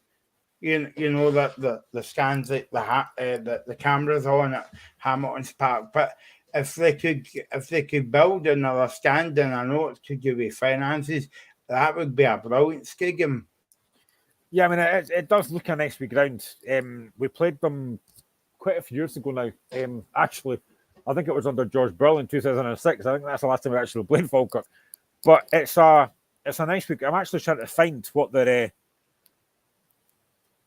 I'm on Google trying to find what their capacity is, because I'm not entirely sure. But yeah, I mean, it does look quite a nice big ground. I've passed it a few times, so it's a difficult game to call this. It really is. And I don't know if you're a Falkirk fan, if you would rather win the league and get promoted to the championship or win a cup. I think so the capacity for the Falkirk Stadium is just over 7,000, which is not bad, to be fair. Not bad. And I'd imagine that'll be quite full on Monday night. For a cup game against United, that'll be quite full. So it should be a decent atmosphere. Hopefully a good game. But honestly, I don't know how I feel about this game. I don't know who's going to win this. It's a really tough game to call, but I just think if Akinyemi is on form, he's going to give United a very good chance to go through. I think no matter who wins, Graham, it's still going to be some story, you know. Oh, it will be. It'll be fantastic. And again, the luck of the draw. So for example, let's just say Falkirk get through and maybe play the winners at Inverness against Kilmarnock. They would fancy their chance to get into a final, which would be incredible for a team like Falkirk and Ayr United as well. It would be unbelievable if they were to get to a final. I don't know the last time that United were in a semi-final, but it would be fantastic. It really would be a great achievement. But honestly, it's such a hard game to call. On paper, it's such a hard game to call.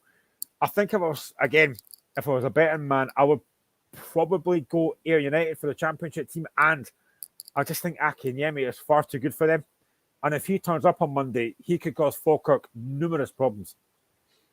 Yeah, and it's going to be extra special as well, because you hear managers talking about this as well, and especially at night, Grim, under the floodlights, and and on the TV as well. Yeah, it'll be a cracking atmosphere. Look at Darvel against Aberdeen. That was on TV, and the atmosphere was unbelievable. Helped by the fact that Darvel won. But I think it'll be the same on Monday. It'll be a great atmosphere. Hopefully makes for a good game. Falkirk Stadium will be absolutely bouncing. And I just hope it's a good game. But honestly, it's one of these games that I wish I was kind of as a neutral. I just think this could be a decent advert for the Scottish game. I know folk that says Scotland won't tune in for it, but it's a game that I'm looking forward to watching and seeing who comes out on top. And again, what I say, for one of these teams to get to a semi-final, it would be absolutely fantastic. And I just have a feeling for United. Yeah, I don't. Again, I'll be sitting on the fence because I don't really know who I want to win as well. But either way, it's going to be some story.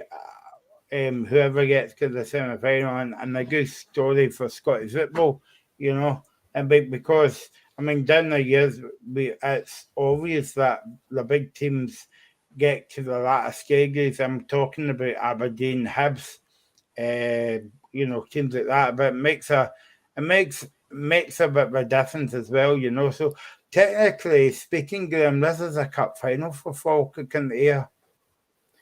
Yeah, it is, and I think it'll be. Honestly, it's great. It is fantastic, and this is what I love about the Scottish Cup. You can get Falkirk, United, Inverness, Kilmarnock. You can get these teams that don't normally make semi-finals or quarter-finals, and what an opportunity for them! What a fantastic opportunity for them. Now, fair play to Falkirk, because I genuinely thought, and I said this last round, I genuinely thought Darvel would beat them just because of the whole thing about Darvel, but Falkirk were excellent that day. They really showed their quality. And it's a great opportunity for both these teams to get to a semi-final, and it'll be huge for the towns. It'll be fantastic for the Scottish Cup as well. It's just it's something a bit different. You're watching, I think it was it 2000? No, it wasn't 2000. I can't remember the last time, but I'm sure was it last season where you had Celtic, Rangers, Hearts, and Hibs in the semi-final. Mm-hmm. You're not gonna get that this season. So it's quite nice. It's a nice wee change. You're gonna have different teams there, which I think is great. Yeah, no, exactly, and two teams on the TV that you don't see every week. So that's good to see as well. Yeah, and I hope that folk do tune in. I don't know what English games are on Monday. I have no interest, but I do hope that folk tune in for it to watch the Scottish Cup, because Scottish Cup for me has always been something that I've grown up with, throughout the years, and it's third round, fourth round, quarterfinals, whatever. It's brilliant. It's a break from the Premier League. Sometimes you need a bit of a break from the Premier League, and especially if you're not doing well, it's nice to have that kind of we've got the Scottish Cup this weekend, and it's always been something a bit different. I love the Scottish Cup. It's great. I might not love it after tomorrow enough, but I do love the Scottish Cup. It's great. Let us know in your comments on YouTube Live, Facebook Live, who you want to win out of all these ties and Saturday, Sunday, and Monday, actually, and tonight. Who you would like to see at Hampden as well. And the final's a bit later this year, Graham. Is it the early part of June? Good question. I can find out. Yeah, I think it is the early part of June because of the World Cup, that everything's kind of moved as well. So there you go. We'll talk about that game on the show on Sunday as well. Falkirk and Ayr United. So that's a Scottish Cup quarterfinals sorted out. Of course, we will bring you the team news from the Caledonian Skigging, if they still call it that, Graham, because you know yourself that they change football grounds like it's no one's business every day of the week. So team news will be out by 20 past 6, half 6. You were right, by the way. The Scottish Cup final is Saturday, the 3rd of June. See, there you go. Fair, yeah. So the team news will be coming up very soon for that one. Let's change tack a wee bit, Graham, and let's go over to the Overball. In fact, what I'm going to do is, because you got a wee boom boom in the show, I'm going to do the same. If we were talking about the Hearts and Celtic game, let's go across the road to Murrayfield. Did you see what I did there? And if you're not from Edinburgh and if you're watching this show, you're thinking, why is he going across the road? Because if you've been to Tynecastle, Hearts is basically across the road from Murrayfield. And So this game will be on. This game will be on when we on air on Sunday, Graham.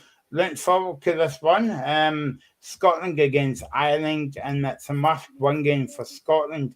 On Sunday, they play Ireland at 3 o'clock. That game is at Murrayfield, and yeah, a disappointing game for Scotland the last time out, Graham, because they get beat by Wales.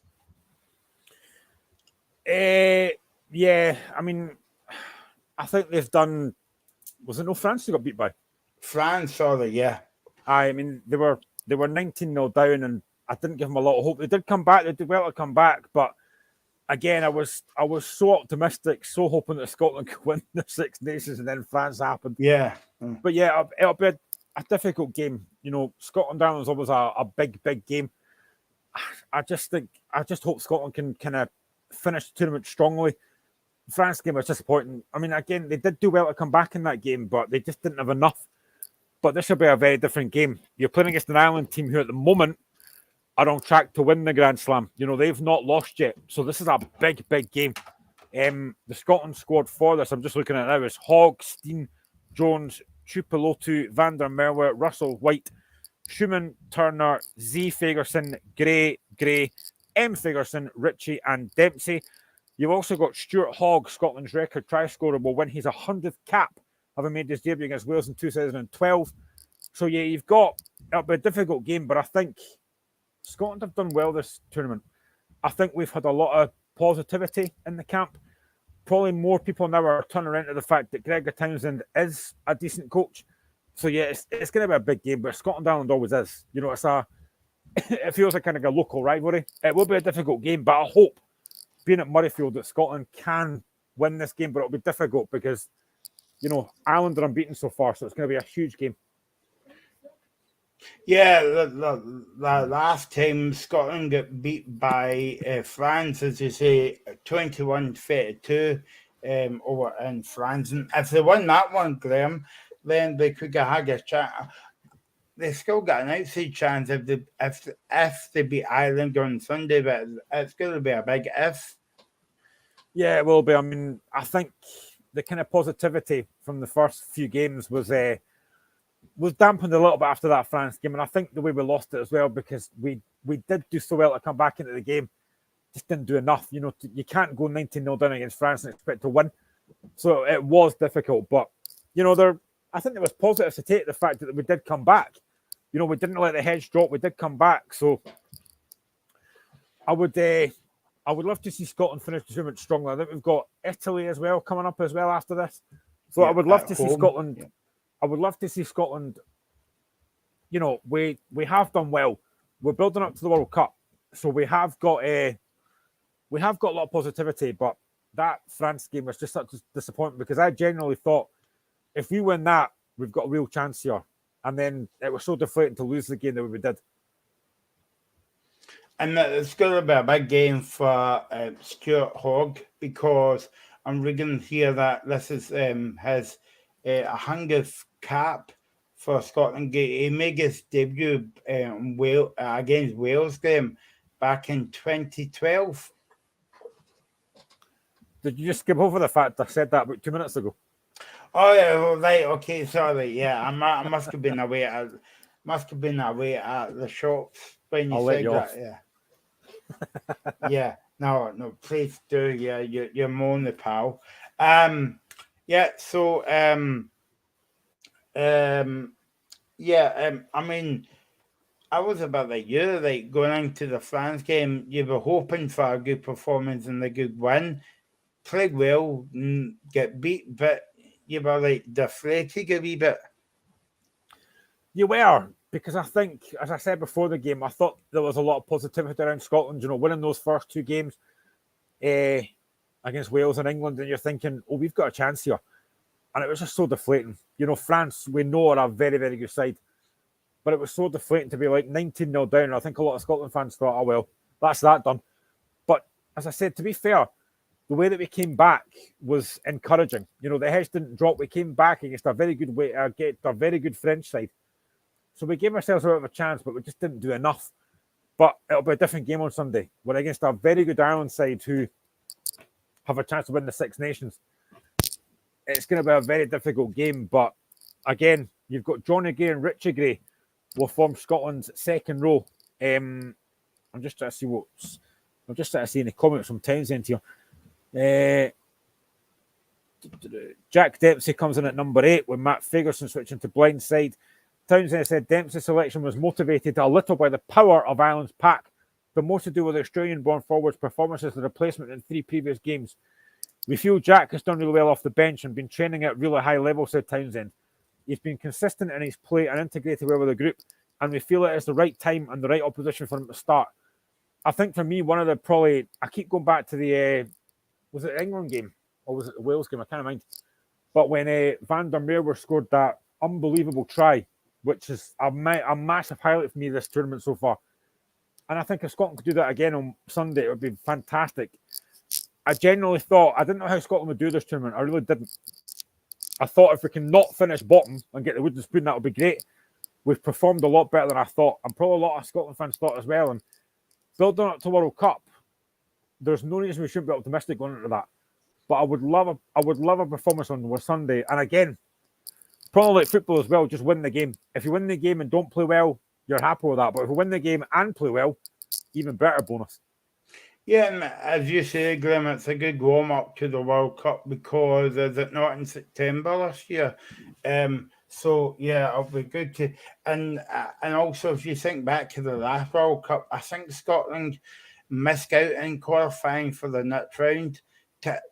Typical in Scottish fashion, Graham. Yeah, if Scotland can find a way to do things differently, they'll do it, wouldn't they? But yeah, I mean, I think the World Cup will be really good this year. I really hope Scotland can perform well. There's no reason they can't. There's a lot of optimism around the squad just now, apart from that France game. They've had some really good performances. You know, as I say, Stuart Hogg, record try scorer. They've got a really good side there. And I wish Dave was on the show here, but I do think that Gregor Townsend does get a lot of stick, but he's done a very, very good job so far. And a win on Sunday would be fantastic. It really would. And, you know, again, we beat England again, which is always great. You always want to beat England at anything you do. So it's been decent, but if we can finish the tournament on a high, it'd be fantastic.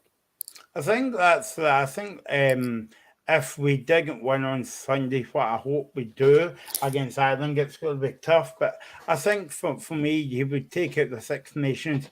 At least we beat England again, and we won a few other games in the tournament because over the past couple of years, Glenn, we went into the Six Nations. We beat England twice.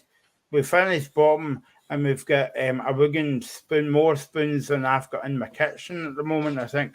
So it's very good that Scotland will win a few games and it sets them up for the World Cup in September. Yeah, absolutely it does. And they've got to be looking at that positivity. You know, they've got to be looking at that thinking, you know, we've got to maybe not win it, but we've got a decent chance to do well here. And you know, those wins against England are always welcome. Football, rugby, whatever you play them at, you want to beat them. And I think if we beat them again, we get to keep them, I think. So, yeah, it'd be, you know, we've had a really good tournament so far, and it's just that France game so disappointing, you know, to lose that way. But to come back, I keep going back to this, I think there's a lot to be positive about with Scotland. The fact that they did come back, the fact they didn't fold against a very good France side. And I think the fact that these 2 games now are at Murrayfield against Ireland and Italy, well, that Scotland crowd behind them, I think there's every chance that Scotland are going to finish these last 2 games with 2 victories and have only lost 1 game. Yet still not win the Six Nations. At least we won't get a Wigan spoon this year, Graham. That's the only bonus. If you're interested in the old enemy, who the old enemy is playing in, I can say the old enemy because it's on Indie Live. And if it was anywhere else, I would be maybe not so much on Twitter if I pick it on Twitter because, well, you know, been saying that a lot of freedom of speech and all that at the moment. Hi, Gary, if you're watching, Gary Lineker, there's a job here for you in the show if you get bumped. But let's not go there. I don't know why I ended up down that road, Graham. Sorry. Old enemy, yeah, that's what it was. England are playing France and Italy is playing Wales they're playing tomorrow in Scotland and Ireland, as we spoke about on Sunday, with a 3 o'clock kickoff on that one. And it would just be nice for Scotland to win, Graham. Yeah, it would be. As I say, if we can finish this on a high, win these last 2 games, having only lost to France, I think that'll be fantastic. And Ireland will be a very difficult test. We know that. And again, I kind of, as much as I'm not a massive rugby fan, I do like going to Murrayfield, and I think Scotland Ireland will be a fantastic game. I hope it's a decent game, but as long as Scotland win the game, that's all that matters. But it'll be a difficult test because Ireland are going for the Grand Slam, so it'll be a difficult game. But do you know what? I think Scotland will win this game. I'm going to be positive. I think Scotland will win this. Freegham. Yeah. So that means after the show, I'm going to phone Val McDermott and William Wallace. Freegham. Brilliant. Okay, let's move on to can't believe I'm going to say this, Graham. A small ball. Tennis. Graham's thinking, what have you done to yourself, Mike? I don't know. It's been a long week. Let's look at the tennis then. Andy Murray is got through to the second round of the Indian Wells Open, and I'm just reading here that he's reached the second round for the 7th time in a season. But Graham, it's weird. We are speaking about Andy Murray and reaching the second round on the seventh time compared to 5 years ago. What about he was winning tournaments left, right, and centre? Yeah, and he's playing Spain's world number 17, Pablo Carreno Busta. I think that's how you pronounce it. In the second round on Saturday. So, yeah, I mean, you really want to see top players competing at the highest level and doing well. And I did wonder if Andy Murray would get back to the level that he was before. I know he's probably not going to get back to that, but to see him winning games again, and he seems to be. The one thing is as well, I think he seems to be enjoying his tennis again, which is what you want. I'm looking at comments that he made as well. He did say that I really felt like I was in the driving seat for much of the match. I was creating lots of opportunities, but I just wasn't able to capitalize. I made some poor decisions at times, but in the end, did really well to get through that. And he won. It was 6-7, 6-1, 6-4 in a match that lasted 3 hours and 12 minutes against Thomas Echeverry. I think that's how you pronounce it. I'm not sure. But yeah, fantastic. And hopefully he can get all the way to the final. But it's just great to see him back again and competing, because I think we've said this before, that when you are basically playing a single sport, when you've got to retire, it can be very difficult. And Andy Murray isn't at that stage yet, but I just want to see him competing at the highest level and enjoying his tennis again, because he has been such an inspiration for a lot of folk who've probably taken up tennis because of him. And it is fantastic to see him back competing and winning games again. How frustrating must it be, Graham, like for any sportsman, right, that's thinking about retiring but coming back to the game? It's a bit like football as well. I suppose you can get away with it in football, but I'm thinking about like golf and football, golf and tennis and all that, and you come back to the sport you love, but the head says, I'm going to win the whole tournament, and your leg says, no again, please. Yeah, I mean, it probably is very difficult. I can't imagine what it must be like, and I can't imagine ever thinking it's probably time for me to retire, because when you're a sportsman, all you've done all your life is play sport. All you've thought about is sport. So it must be very difficult to try and get back to that level. And the injuries you've had as well. Andy Murray's had loads of injuries, and it's difficult to get back to that level again. We all remember him winning Wimbledon for the first time and how we all felt at that time. It was the whole country was behind him at that point. You had the gold post box as well. It was fantastic. And you just want to see him getting back to that level again, but enjoying it. And I think when you've got to retire, it must be so difficult. And again, it's the timing as well. You've got to retire, but you don't really want to, because it's all you've done.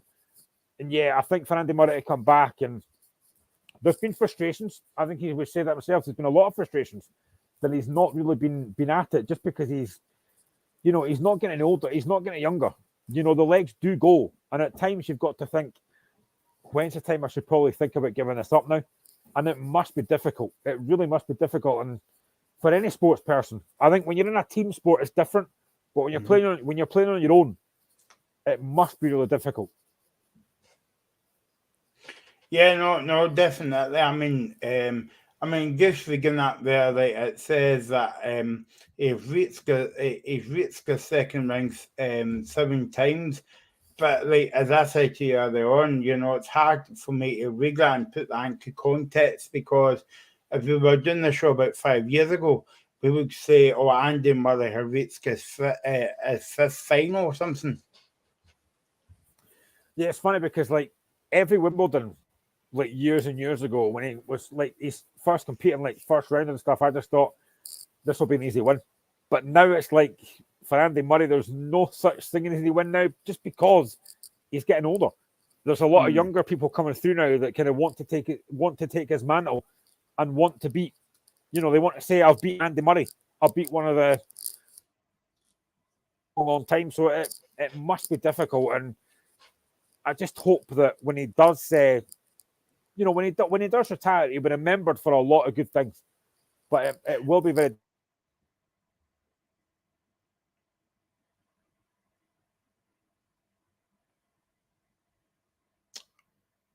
Oops, I think we're having a few technical issues there with Mr. Duffy. Oh no, he's back now. At least the technical faults are happening late in the show. Yeah, I thought you were going to retire there, Grim. I'm old enough. But I mean, yeah, I mean, so he's kind of up against it twice in a way, Grim, because A, he's playing against his injury, and B, he's getting older as well. Yeah, I mean, he's still. I just quite like the fact that he's still competing. You know, he is still winning games, and you know as well. What I said there, I think it was over 3 hours that game lasted. If you're Andy Murray, you're not wanting that. You didn't want to go 3 hours on a tennis court. It must be really difficult. I mean, I've not played tennis for a long, long time. I couldn't play it now. I think I would die, to be honest. But yeah, for Andy Murray, it's just great that he's winning games, and it'll be a difficult game on Sunday. You know, it'll be a really hard test for him. But if he comes through that, again, probably like football, like anything, you've got to take it one game at a time. You know, win this game, then move on to the next game. But I just hope that he can still go on for a little bit longer, because he's been brilliant for not just Scotland, but for tennis as well. He's been fantastic. I used to go out with a woman at like tennis game. Her name was Annette. I couldn't resist saying that there, but there you go. I was saying, Glenn, that I don't know if you have me saying, but I used to go out with a female tennis player that she was called Annette, and stuff. So we'll just park that one there and we'll move on. But yeah, I mean, it's hard to watch sometimes on the telly, because you want Andy Murray to do well, but you see him kind of like suffering, and I don't know if, you know, suffering's the right word to use on the court.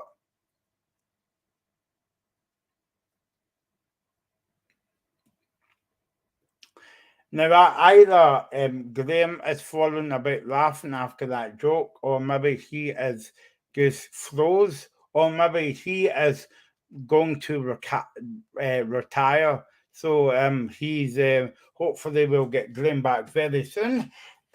You're watching or listening to The Locker Room on Indie Live Radio and Independence Live.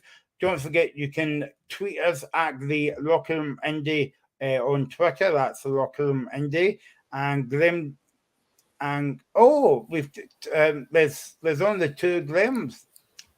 I don't know why I'm coming up with twice here. Oh, there we go. Sorry. So that means Graham's got to come on, and I've got to repeat my joke I said twice. But I don't think it'll be funny a third time, Graham. So I'm not going to say it. It probably wasn't funny the first time either, to be honest. All right, so you never heard it, right? Okay. I was working up to all week, and I was saying that my ex-girlfriend used to play tennis. Her name was Annette. But there you go. I'm not going to say it for a fourth time, by the way. Yeah, sorry. But no, I was just saying that, when you're watching tennis matches, you can see him suffering. Now, I don't know if suffering is the right word to use. Maybe not. But you can tell that he's in a bit of pain as well. Yeah, absolutely. And do you know what? I do wonder. Do you ever wonder why Courtney Love never took up tennis? That's a great name for a tennis player, Courtney Love. I think I think Graham got his own back on me there, so yeah, I'll let that go. I wish I kind of froze it on my computer, but yeah. We can go I'm gonna make another pun here, right? See if you're a kid, you can make a great tennis umpire because all you do is say juice all day. Yeah. Yeah. I want to roll here.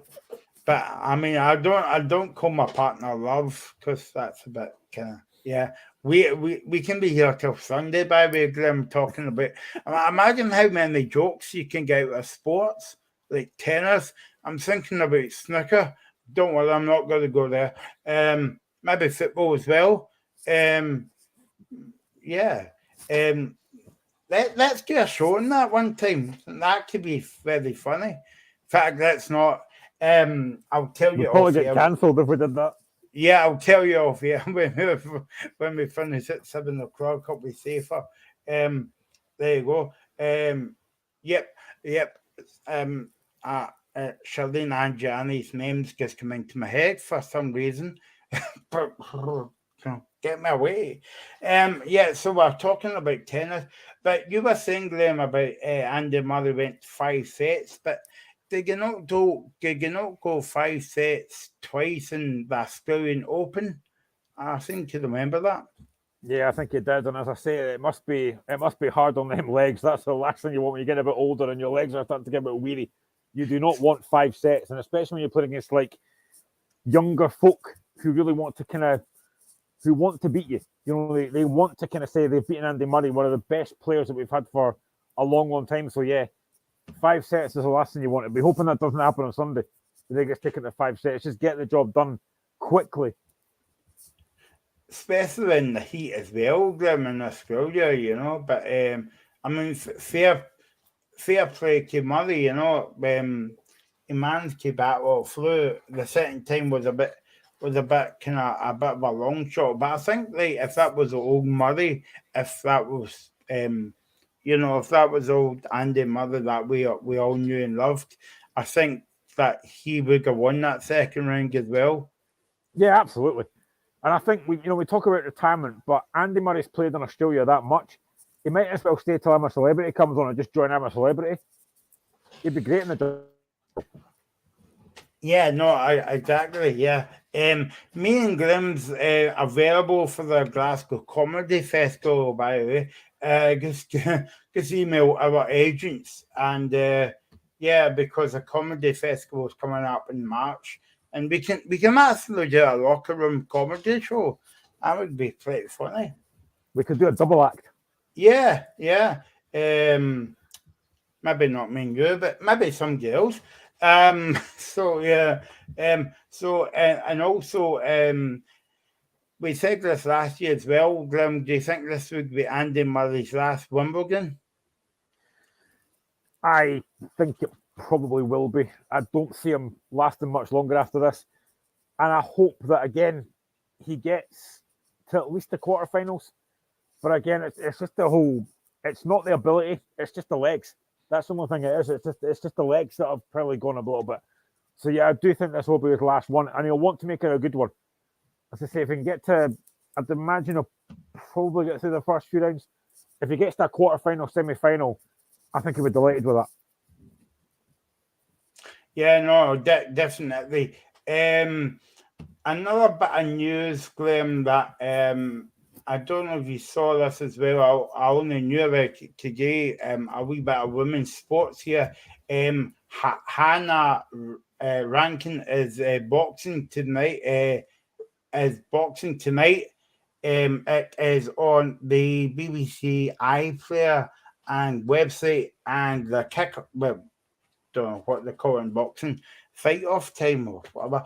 It's 7:30, and see is boxing. I was going to say she's playing against, but that's football again. Logan, Logan, I can't pronounce her second name, but this is her.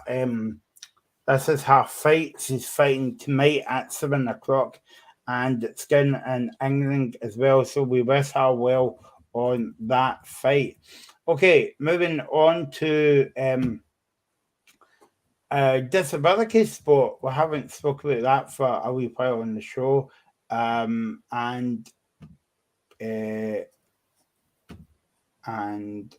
I've lost what I was going to say, Graham. It's not for the first game. I think you were going to talk about the Scotland are qualifying for the knockout phase of the World Wheelchair Curling Championship. Yeah, I was going to speak about that, but then I have lost the page. No, I haven't. It's here. For some reason, I went off it, Graham. I set it up before the show. You know that way I was organised, because I'm organised, right? And for some reason, I shut the window. That was why it was cold in here. So the jokes keep coming by me. This is brilliant. Connect them. Yeah. So if you want to comment on, tell us any jokes. In fact, don't bother. Can you imagine the jokes to them? That's the worst that you could have said, especially if James is watching this. Yeah, well, yeah, no, James is all right because his jokes are not funny. Sorry, James. He'll be commenting in a minute. Yeah, I know. Well, seeing there's only 10 minutes in the show left, it's been a long show. It's been a long season. Yeah, so let's get back on the horse now, and we're going to be talking about wheelchair curling, and the Scottish team has made the knockout round of the wheelchair curling championships, Graham. So it's good to see they beat Canada 9-6. Yep, and they're going to face, I don't know if this is tonight, they face South Korea in the knockout stages. They had lost 6-4 to South Korea in the opening game of the tournament on Saturday. But yeah, fantastic. It's a team of Hugh Niblo, Gregor Ewan, Gary Logan, Joe Butterfield, and Megan Dawson-Farrell.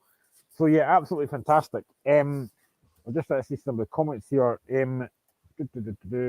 Joe Butterfield said, our first goal coming here with our new lineup was to avoid relegation, and our next goal was to qualify for the playoffs, which is achieved. So we've got to be positive. We've played Korea a number of times this season and we've beaten them, so we know it's doable, but we know it's imperative that we go out from the start all guns blazing. We cannot start that slow. We cannot let them get on top of us and wait for the second half to play some shots. We need to dictate the play and play our game and execute our performance. And if we do that, I'm confident we'll win. We all are. So yeah, they're very, very confident. I have watched curling probably a few times on TV. It's something that I'm never sure if I can do. It looks very, very hard, but absolutely fantastic for them to get to that knockout stage. Yeah, you're right, Graham, because my friend says Korea and knockout stages today, but I don't know if it was like this afternoon or tonight or whatever. But and I'm looking about trying to see the score, but I can't see it as well. But hopefully they will do well on that, because they're aiming towards the Summer Paralympic Championships and they're aiming towards a gold medal. Yeah, which would be absolutely incredible. Let's be honest, it would be brilliant if they can do that. As I say, they do seem very confident. They do seem like they can. They know they've beaten South Korea before. They know they can do it again. So it would be absolutely incredible. Again, like you, I'm trying to find if they've their results, but I'm assuming it must maybe be tonight that they're playing, because I can't find anything. Yep, no, exactly. And also talking, I mean, Graham, what am I like tonight? seamless links that I'm doing here, right? Because talking about ice hockey, I'm on fire tonight, mate. Glasgow Cran is playing tomorrow night again. Oh no, no, I was getting carried away with myself. It's not till next Saturday that game. So we'll talk about that game next weekend on the show as well. Yeah, so just touching upon football before we finish up, going back to football. Are we getting any team news yet, Graham, for the game tonight for the Inverness Command game? I'm just checking the website, so there's nothing on the Inverness one yet. I'm just trying to check the Kilmarnock one. So Kilmarnock lineup: Mayo, Walker, Taylor, Wright, Chambers, Armstrong, Donnelly, Polworth, McKenzie. Vassell is back, and Christian Doidge. On the bench, it's Hemming, Dorset, Alabiosu, Power, McEnroy, Alston, Jones, Murray, and Robinson. But I don't see anything on Inverness's website about any team news from them yet. Okay, thank you. Yeah, I'm just checking out the basketball game because we all know we like the basketball in the show, and I keep calling them Glasgow Rocks, but they're not called that now. They're called the Caledonian Clan. They are playing tonight, actually. It's funny, right, because on the website, Graham, it gives you a countdown to the game. 39 minutes and 8 seconds to the game. By the way, I didn't work that one out because I'm not very smart enough to work that one out. So if you want to go to the game, you've only got 38 minutes and 55 seconds to go down to Sheffield. I don't know if you'll make that game, actually. But yeah, so that game is kicking off tonight and at 7:30, Graham. So, yeah. Going back to what you were saying earlier on about league construction, it would, I suppose, like it would make for a better league, an entertaining league, but also a better TV deal. Sorry, Graham. Sorry to come back to that, but it would make. Do you think it would make more TV companies interested in buying the rights, or do you think it'll be the same old? Probably not, no. I mean, let's be honest, most of the companies don't really care about Scottish football unless Celtic and Rangers are playing in it. But it's not a very good TV deal, let's be honest. We all know that. But I just think if you expand the league, and I mean, you could potentially have, I'm just trying to think in my head, you could have Celtic Rangers, Hearts Hibs, Dundee United, Kilmarnock against Ayr. So there's 4 derbies you could have, which I think would be great for the Scottish game. At the moment, you've not got that. Now maybe there could be a Kilmarnock Ayr game next season if Kilmarnock go down. But I honestly think league construction is the way to go. I think it would be fantastic if they did that. But they've had the chance over the years and never done it. And I just think you do get, when you're playing the same teams 4 times a season, and again, as I said earlier, potentially 5 or 6 depending on cup draws or replays, it does get really boring. I just think it would be great to have a chance to, do you know what, see different teams, go to different grounds you've not been to before. It would be fantastic if they did that, but the SFA probably won't do that. And as I said, the opportunity they had was when Hearts got demoted, and there was a whole thing about could the league be reconstructed, and they didn't do it then. So I don't think they'll do it in the future, but it's something that I think they should be looking to do.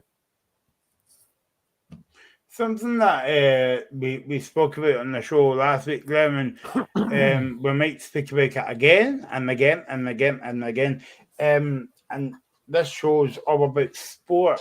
But when we talk about the cost of living crisis, it comes into everyday, effects. Like people used to go to the local gym but can't afford to go to the gym because the cost of living crisis is hitting everybody. And I know it's hitting football because football is a business.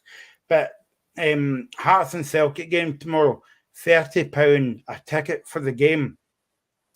the other week there at Hampden for the Celtic Rangers Cup final, £40 a ticket.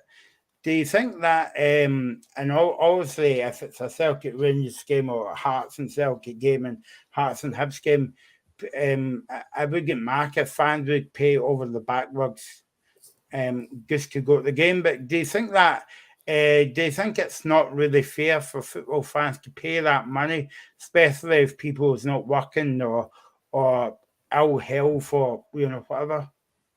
Absolutely. I go back to the fact that when St Johnstone had that banner months ago about 20 is plenty, I agreed with that. £20 for me is more than enough to go to a football game. Now, if you're, let's say, for example, right, you're paying, I'm not going to say a team, but let's just say, for example, it's like £30 for a ticket. So for an adult ticket, it's like £30. Say for a kid's ticket, it's maybe £15. So you've got that. Then you've got the cost of travel. Then you've got the cost of a programme. You've got the cost of a pies or a hot dog at a game. You've got the cost of a drink.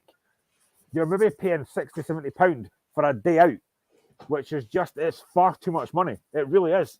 They've got to be looking at a better way to kind of try and bring the prices down, because it is a lot of money to spend. I can't remember what game it was, but I went on one of the Hearts websites a few weeks ago to look for tickets for a Hearts United game potentially. £30. It's like, I'm not paying that. I'm not paying that to go and watch Hearts United. Don't get me wrong. I love my club, but not enough to pay £30. Plus, I've got to get there. It's far too much money for me. And I think, they've got to be looking to get the prices down. I mean, the thing is as well, Grim, like, I used to go to junior football every week and you would guarantee a good fight at junior football. Now, I'm not saying that, but and I'm not sure the prices now going to junior football, but if you're talking about £30 going to Hearts Celtic game tomorrow, you could actually go to 4 or 5 junior games inside that £30 bracket. Yeah, well, actually, it's funny because my local team, Pennycook Athletic, have just appointed an ex-Hearts player, Callum Elliott, as the new manager. Now, Pennycook are about 10 minutes along the road from me. The last time I went to watch Pennycook, it was £6 to get in. And that's what you... I'm not going to say that's going to happen in the Scottish Premier League, but that's what you want. And again, the standard of football actually wasn't that bad. It was a decent game of football. You got a decent pie. You got a decent... I'm not a massive fan of Bovril, to be honest, but you got a decent pie at the game. And it was a good day out. I could walk home quite happily. It was a decent game. £6, brilliant for a junior game. But when you're paying 30 odd quid for a Premier League game, it's far too much money. Do you think that they should bring back I don't know if they've still got them in the lower divisions, Graham, but do you think that they should bring back a pay at the gate? Yeah, well, that's what they do in Pennycook. That's actually quite good. I quite like the pay at the gate as well. And they used to do that years and years ago at Tynecastle. You didn't have to buy a season ticket or anything, just pay at the gate. And I loved that. That was what kind of made me go to a lot more games. I could pay at the gate. I didn't have to worry about trying to go in line for a ticket. You could just pay the money at the gate, and that's great. And I think maybe that's something they could do. I don't think they will, but they certainly have to get the prices down, because paying £30 for a ticket, I mean, I can't imagine paying £30 a ticket, and no disrespect, but I can't imagine paying £30 to watch St Mirren and St Johnstone. That's way too much money. Yeah. They should actually, at the beginning of the season, they should just set a price standard across the board, But I think when Celtic and Rangers comes to town, they kind of bump the price up because that they know that they're going to get the money as well. But that could be an interesting subject to do a show on the cost of living in sport as well, Glenn. But so thanks for all your comments, and thanks to Glenn for the jokes tonight. He'll be back on Sunday after the Rangers Red Rovers game and before the big Scotland game against Ireland. Murrayfield. So enjoy your quarter-final action this weekend, and we'll be back on Sunday at 3 o'clock here on Indie Live Radio and Independence Live.